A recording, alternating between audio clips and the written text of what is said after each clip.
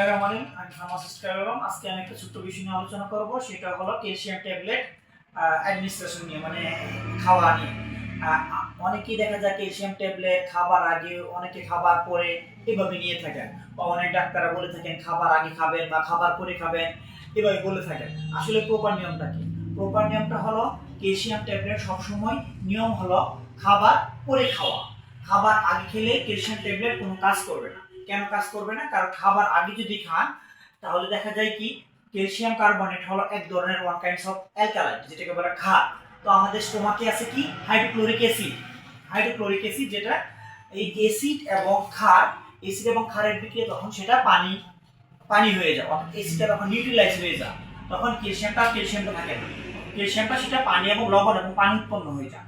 তো এই জন্য ক্যালসিয়াম ট্যাবলেটটা খাবার আগে খেতে পারবেন না। খাবার আগে যদি খান তাহলে সেটা লবণ এবং পানি উৎপন্ন করবে, সেটার কোনো ইফিকাসি আসবে না। এই জন্য সবসময় ক্যালসিয়াম ট্যাবলেটটা খাবার পরে খাবেন। এতটুকুই আজকে আপনাদের আমার এই মেডিকেল টিপস, এতটুকুই। নেক্সট আমি আরো অন্য ধরনের ঘটনা নিয়ে আসবো।